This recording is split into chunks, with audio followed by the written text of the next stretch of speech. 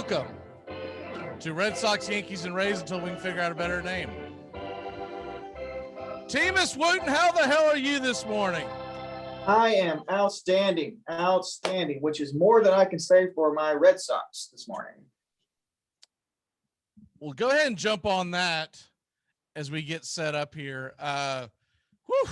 Most home runs ever allowed in Fenway. That's saying a mouthful. It's not like that stadium just opened. Right, yeah. And as many times as we play the Yankees there, you would think that if there was ever a record the Yankees held at Fenway, it would be that one. However, baseballs can always show you something new and exciting. I mean, we're 3-4 since we spoke last week. And it feels a lot worse than that, actually, because the wins that we had are so spread out, you know. And I was on the drive in this morning thinking about, you know, our discussion this morning, and I'm not panicked or anything yet. I think the team has played well enough that we're going to have bad weeks. Every team has bad weeks, unless you're the Rays. And the good news is the Yankees are playing worse than we are. So we didn't really lose any spots in the division. Lost a couple of games. You know, we're a couple of games further behind the Rays now, but we're still within 3. You know, I'm not pushing any panic buttons or anything. It was a rough week, though. A lot of those games, we got shellacked. Houston took it to us again. And then Toronto to come in there. I mean, we do have a chance tonight to split that series. Again, it doesn't feel like especially after yesterday, it was a brutal assault. PEREZ was just terrible. Yeah. I mean, what the hell's going on with that guy? You know, he'll put out several, but this is the problem I have with Martin Perez, because I've had some cups of coffee with him in fantasy baseball, right? And I actually traded him away, I don't know, 2 weeks ago, and a part of a big deal. And that was the kicker. I knew that if the guy looked at the stats, he would look at his most recent outings. And I'm like, okay, just don't look at last year. Don't look at other, don't look at the trend. That about every third or fourth outing, this guy just can't find it and gets hammered. And I'd say some of it has to do with the fact that the Toronto offense is legitimately one of, if not the best offenses in all of baseball.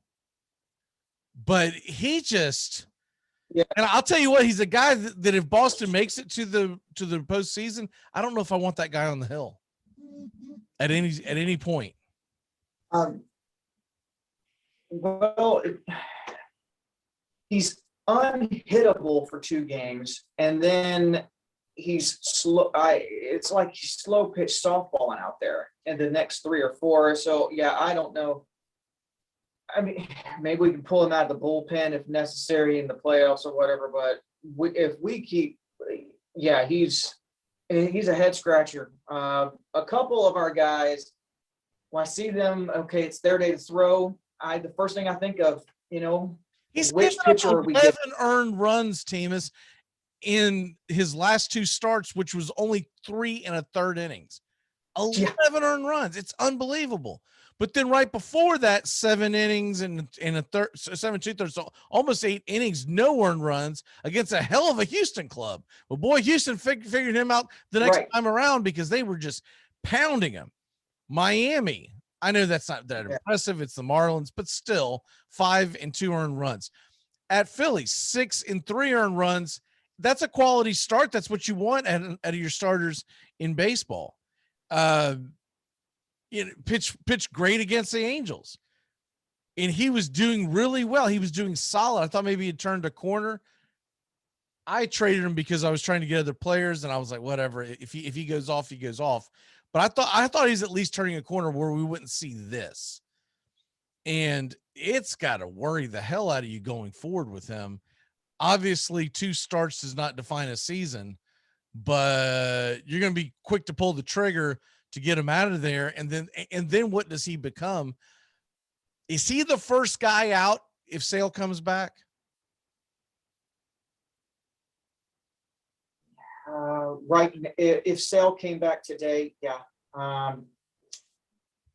If not, it's Richards maybe. I mean, he hasn't been blowing it past a lot of people either. He seemed like he caught a groove, and then he started, but then Pavetti put the bed the other day. So yeah, right now, yes. If Sale came back today, yes. Further down, I don't know. Maybe these guys get it back together, and it looks like they all just kind of fell off the wagon all at once, which is kind of good in a way. You just rip that Band-Aid off, and then they can all correct it and move forward. Hopefully that's what's happening. Again, I'm not hitting any panic buttons. Every team's going to have a bad week. We had a bad week. I'm hoping it starts today. We correct it, move on, split this series with Toronto, get them out of there. Then we got to play Atlanta, which, my two least favorite games of the season. Then we got Kansas City. So maybe. Well, I can tell you right now, as someone who pulls for Tampa Bay, but also pulls for Atlanta, you're catching Atlanta at a good time. They're not playing good baseball right now. And a lot of that has to do with the fact and the unwillingness for Atlanta fans to realize this just isn't a very good team. They're going to struggle all year long. They hope to catch lightning in a bottle and make the playoffs somehow. But this isn't the team that was last year. The Ozuna is gone, so you're not going to have to deal with him, and that really was a lot of the lightning rod that was that offense, that you would have to face Acuna, Freddie, Ozuna back to back to back to back, and then you would have Ozzy Albies, and now Riley's starting to put it together. With that being said, looking at the Boston aspect of it, I wouldn't be too worried about going into Atlanta. I'm just going to tell you that right now. I think you can win at least one, and if not two, because the one thing that Atlanta struggles with minorly than anything else is A, they haven't put a lot of runs on the board, but B, their bullpen falls apart in the middle innings. And so they've got all their pieces now, but their guys are not what you would call seasoned at this point. So I think Boston can I think they should expect to at least split that 2-game series in Atlanta. Yeah. Whenever you're going into another stadium, another town or whatever, you want to at least get a split of a 2, or you always want to win the series. We can get one in Atlanta. I think we have a legitimate shot at Kansas City. It went in 2 out of 3 there. And then next week, of course, we got Tampa Bay on, so we'll discuss that next week. But this is kind of a week that we need to happen right now because of what's happened this past week. Maybe the pitchers, they're not going to be going against these major lineups, and they can kind of correct whatever and right the ship and kind of get their confidence back up before we head into Tampa, because we never played well there. And then we got the Yankees directly after that. So next week's a big week, but maybe this week is a week to correct it. Well, the Rays are coming off of a sweep of the Baltimore Orioles, who, though they were puffing their chests out the first 2 weeks of the season, we all knew this was going to happen with the Baltimore Orioles. They're still a young team that's trying to right the ship. But the one thing that you can say about, okay, you're going to be in Atlanta for 2 games. For the next 3 nights, Tampa Bay is going to be at the White Sox. And that's going to be a tough road for them. So hell, by the way, if people are looking for a great pitching matchup tonight, if you're like, I haven't watched the Rays, I haven't watched the White Sox, I want to kind of see what they're about. GLASNOW of Tampa is going up against LYNN of the White Sox. So you got 2.57 ERA from GLASNOW versus LYNN's 1.23 ERA. This should be a pitcher's duel. It should be a lot of fun. The Red Sox, they finish off tonight. And let's get into that game. EOVALDI at home against Manoah, who's looked really good. He's also looked like a rookie, but he's only had a few starts. I watched his debut against New York. He looked incredible. Now, since then, he's had a couple of tough outings. But he still has a 3.14 ERA in 3 games pitched, right? So he went 3 innings against the Marlins, gave up 4. You don't like that. He went 5 innings against the White Sox, gave up 4. You don't like that. But his first outing was 6 in no earned runs against the Yankees. So with Manoah, we're going to find out tonight. I think this is a good litmus test for him. Is the book out on him? And or did he just have a couple of shaky outings because he's young and he's new? This is the most humbling game there is in the world, and I think we'll find out a lot tonight when Alek Manoah hits the mound. For people who aren't familiar with him, he's a very highly touted phenom, 23 years old in the Blue Jays organization. They just brought him up 3 starts ago. So this will be his 4th start of his career, 23 years old and 6'6", 260. Good. I mean, they feeding him well in Toronto. In this corner. Yeah. Woo. And playing middle linebacker for the Toronto Blue Jays. I guarantee you, Jake Paul's not fighting him. No. That dude always seems to find a midget to fight or something. So there you go with that. And then EOVALDI need a big outing from him as well. Yeah. I mean, we discussed this last week after the show. He's another one of those box of chocolates. You really don't know what you're going to get from this guy. I mean, and he was phenomenal in 18 when we won the series, and the way he pitched and, game 3 and everything, all this, and great. He still got the velocity, but it's like Ricky Vaughn, you got to teach this guy some control before he kills somebody. It's great that you can throw 100, but if you don't put it where you need to, what does that do? Yeah, his last 3 outings, 5 innings, no earned runs against Miami. You like that? 6 innings, 1 earned run against the Yankees. You love that. But what concerns you is the one before that, Houston. He went 5 and gave up 5. And so look, all in all, he's got a 4.11 ERA. His last 7 games, he's got a 4.54 ERA. I think he is what he is. He's a guy's going to have about a 4 ERA. He gets you about a strikeout an inning. As far as walks, he doesn't kill you with walks. He'll get 1, maybe 2 a game. And I think he's a guy that can keep you in the ball game. Now, as far as come October, it's a different story. What he did to help him win the championship is something where I think he just got incredibly hot. Is he a Bumgarner where put the big lights on the stage on him and you're going to see him do this again? Or was that just a 1-year anomaly? What say you? I think the bigger the situation, the better he is, which is fantastic if you're a Red Sox fan. But you got to get to that big situation. But you have to get there. And that's the thing. And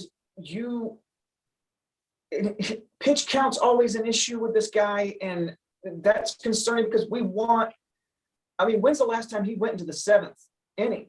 We're having to pull our bullpen. Cora's leaving him in there to the 5th just so he can get him on the record. But then we're pulling people in the 6th, the 7th, the 8th, and there's only so many days in a row you can do that. And if the other starting pitchers aren't doing that well, you wear that bullpen out. And then you're having to pull Barnes, your closer, in the 8th inning, which Cora hates to do. He swore at the beginning of the season, I'm never going to have him pitch before the 9th. Well, that lasted until about 3 weeks ago. And now it's happened 2 or 3 times since then. These guys got to get deep. We have to. He's only had 1 7-inning outing this year, but that's not normal. Look, 7 innings, that's a thing of the past in Major League Baseball. They're trying to get the guys to the 6th so you can set up your 7th, 8th, and 9th guy to win the game. I agree 7th is great, but 7th is what you're expecting out of a Chris Sale. EOVALDI, you would take a 6-inning outing. He has made it to the 6th inning, or completed 6 innings. Excuse me. 2, 3, 4, 5 times this year, and that's in 15 starts. So that's not really what you want in a guy that, for all intents and purposes, he's your ace right now, right? I mean, Yeah, he's our veteran ace right now until Sale comes back. hey, you're getting the same thing that we get out of Charlie Morton. Charlie Morton of Atlanta. There's a reason why Tampa Bay got rid of his ass, because for $15 million, that guy barely makes it to the fifth inning. And so Yeah, I'd say that's I not think you're getting a little more. You're getting a little more out of EOVALDI, but I get what you're saying. You want that guy to be the leader, the guy that gets through, and his pitch count's getting too high, so they have to pull him. And then that's a game where you got your ace on the, or not. You can't really call him an ace, but he's your veteran leader. He's on the mound, and you don't want that to be a day where you deplete your bullpen as well. No, you want that day to be PEREZ coming around the corner again. Yeah, you want him to be known. Okay, like when Sale pitches, okay. Oh, it's 7 innings, easy. Yeah, and this is a day we lost the last 2. This is our stopper right here. We're turning it around because Sale's pitching. And does it happen every single time? No, but for the most part, the players go out thinking, believing, okay, today we're winning. So it's kind of what we want from EOVALDI, but we're not getting from EOVALDI. And again, when Sale comes back, it's going to take some pressure off EOVALDI to not have to carry everything. But that's what you expect from him, because everybody knew Sale wasn't pitching this year. And, while we're talking about Sale, he threw off the mound the other day for the first time, and he was doing long tosses at Fenway and got a standing ovation for doing long tosses. So looking good that we'll see him this season, especially if we're still this close. Yeah, the book on sale right now. Let me see. I want to say I saw an update this morning. Give me 1 second to pull that up. Chris Sale, I keep a mindful eye on him because he may or may not be on a fantasy keeper league of mine. So I'm like, literally, team was like drafted him. It was like the next day or the day after the Tommy John went. I was like, God, what the hell? And then in another league, I just grabbed him because the guy dropped him. He was so pissed off. He wasn't thinking, hey, this is a rotisserie. Looking at this right now, this comes from a couple of days back that after the live session, Cora told reporters we don't need to get too excited, but it was just that good. Long story short, they are projecting him to come back sometime after the All-Star break. So we're talking about a little over a month away. The All-Star break's about a month away. And I think the hopefulness is that he could possibly be back by beginning of August. Basically a big trade acquisition is what. Yeah, it's a trade. It's going to have a trade deadline feel. Right. But speaking of, do you think, even though we're getting Sale back, that's what at the trade deadline, do you think the Sox should go out and get another starter? Well, I think what the Red Sox will do is they will see where they are about a month from now. When you come out of the All-Star break, that's when the pedal really starts getting pushed for trade deadline, right? And there's going to be some starters out there, and maybe we can get more into that next week as far as who's available, et cetera, because all the Yankees, Red Sox, and Rays are all going to be in this buyer's market, I believe. I do believe that they'll add somebody, whether or not they want to push all their chips in, because if a team out there, the bigger names that have been rumored that could be out there would be like Berrios of Minnesota, and we'll get the full list next week. But are you going to give up enough to go get a Berrios, or is this a year where you're like, we'd be happy just to be in the playoff conversation. If we don't make it, that's fine, because we don't believe this team's going to win, and we don't want to deplete it's not just with a team like Boston, who doesn't really build within them in New York, are very capable of building out. They've got the checkbook. They've shown it before. But let's say you're in the race next year and you've got a good team next year, right? You want to make sure that you haven't depleted your entire farm system over this year making a run. Yeah, and Heimblum's not have any chips to go get a guy next year. They could be out there. If you've got one of the better records in baseball and you're like, we need this guy to take us over the top, And so I think that comes into play. You're never going to see Tampa Bay go nuts because they literally build with them, but they might add a starter. Maybe I think the Rays are probably pretty happy with their pitching. What they're probably trying to look at is who we can add on the offensive end. And but before we have to run out of here, I do want to talk about the Yankees because and that's they get bombarded in Philly. And there's two things going on here. First of all, your boy Aaron Boone, he finally showed some fire in the post-game interview. Someone asked him if they had gotten I'm trying to remember how they phrased it. It wasn't accustomed, but basically, does this team accept losing? And he got kind of testy and said, no, this team doesn't accept losing. And I do think that's an asinine thing to ask somebody. But it is. That's a stupid question. Of course, they're the Yankees, man. No, you could ask the Royals that and they would get pissed. But the Yankees, you can't ask the manager of the New York Yankees, have you become accustomed to losing? That's right. Basically saying, I think what he was trying to insinuate was that losing doesn't bother them. It's fine, that there's no fire in the clubhouse kind of thing. And the thing about Aaron Boone, he's not a rah-rah guy. He's not a guy that's going to get he's just not one of those managers. No. I mean, I think of the old school managers more than Vanilla and stuff like that. Yeah, the Bobby Cox, the Lasordas that would get a team fired up. That's not how the game realistically is played nowadays. You don't have a lot of guys like that. Most of them have to be analytic yes men, which Brett Boone definitely is. And I'd say Cora is too, to that degree. Cora's really good about pushing the right buttons. That's not his MO to be a rah-rah leader, but I would say that he's more of a leader than Boone is. I just get that feeling from it. That's got nothing to do with the fact that Boone hasn't won a World Series of manager and Cora has. It's just there's something about the way Cora commands respect in the dugout, and Boone is more of like a laid back deal, right?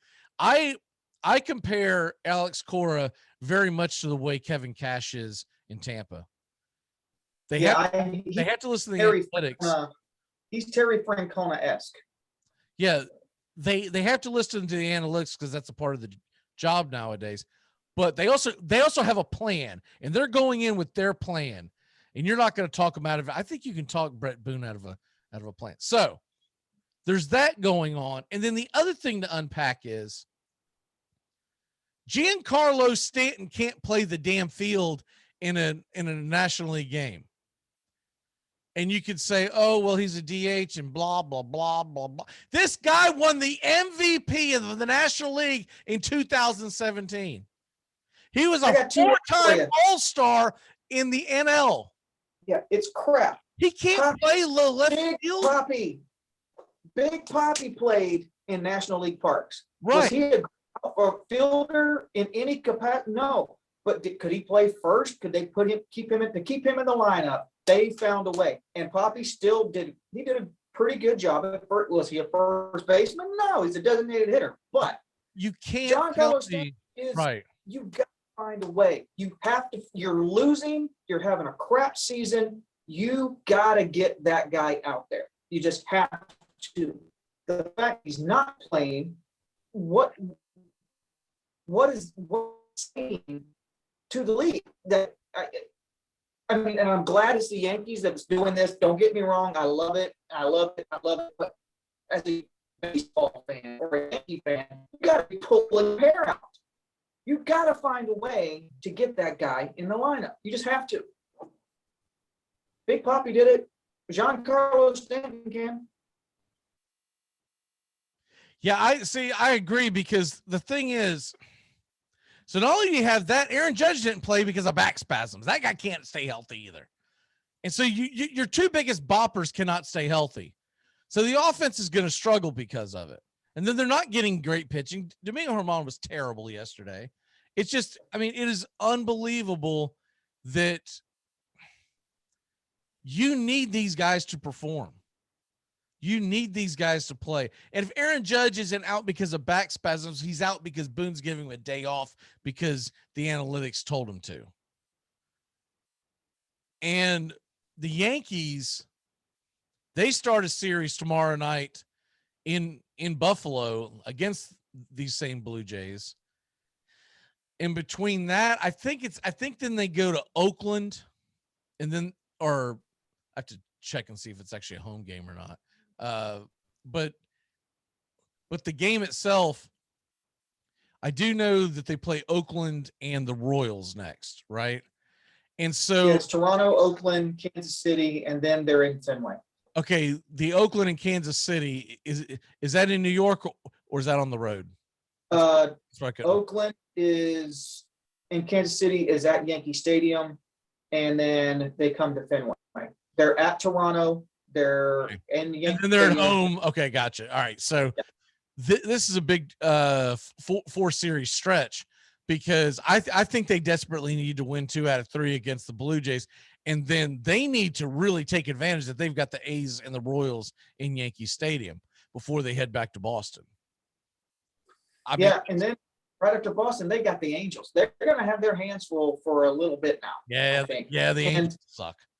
If you were a Yankee fan, and God help you if you are, but if you're a Yankee fan, when do you say, okay, stop screwing around, we have to start turning it around now? You can't wait to the All-Star break in this division. Well, I mean, I'm sure the Yankee fans have been saying it since April, but but to get it done is one thing to say you need to win, another thing to get it done. And yesterday, his quote was, "Yeah, we have to turn it around." It all begins with starting pitching, and they don't have it. And if they're going to wait around until the All-Star break to pull a trade, I don't think that's going to be good enough. I don't think they're going to be in it. I think you're going to be looking at, they're 8.5 games out of first place. And the way it's going, they could be easily double digits out of first place by the trading deadline if they don't do something extremely different. And then if they don't a wild card, they could definitely be out of it by the All-Star break. Now they're only 4 games out of the last wild card. That's doable. So that's doable, but you can't just play phony baloney. You don't want to live there. I think they're 5-13 in their last 18. I think is what I read. Well, you can't do that again. If you do that again, you're gonna be double digits out of the freaking wild card. They have to start making up ground. They have to start playing above 500 baseball. They have a 508 winning percentage right now. That's not going to get it done because I guarantee you a month from now, Boston and Houston will continue to win. Toronto's starting to play much better baseball. The Angels, they're going to be the Angels. We all know they're going to say they're going to compete and they're not going to. And so you got to start making a real headway because there's only 2 wild cards this year. There's only 2 wild cards, and you're falling so far behind the AL East leader.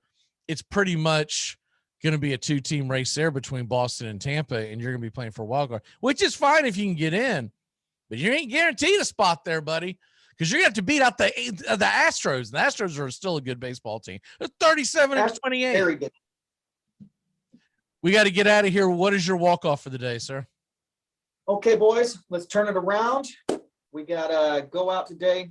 We need to split this series. That is the goal. I'll worry about everybody else after today, but if we can split this series with Toronto, I'm going to feel a lot better about the Sox then than I do right now. It was a rough week, but we're still in it. Let's go. Let's get them.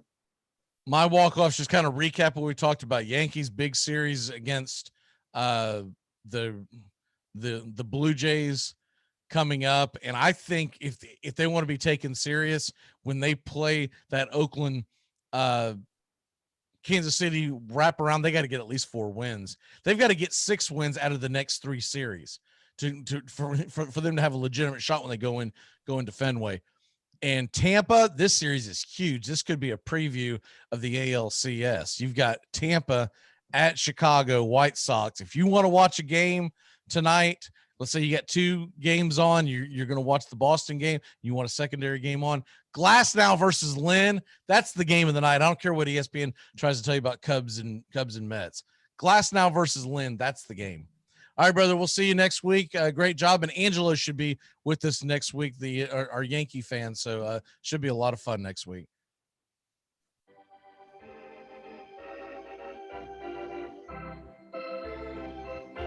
Get out there and play the field, Stanton. You're making $325 million.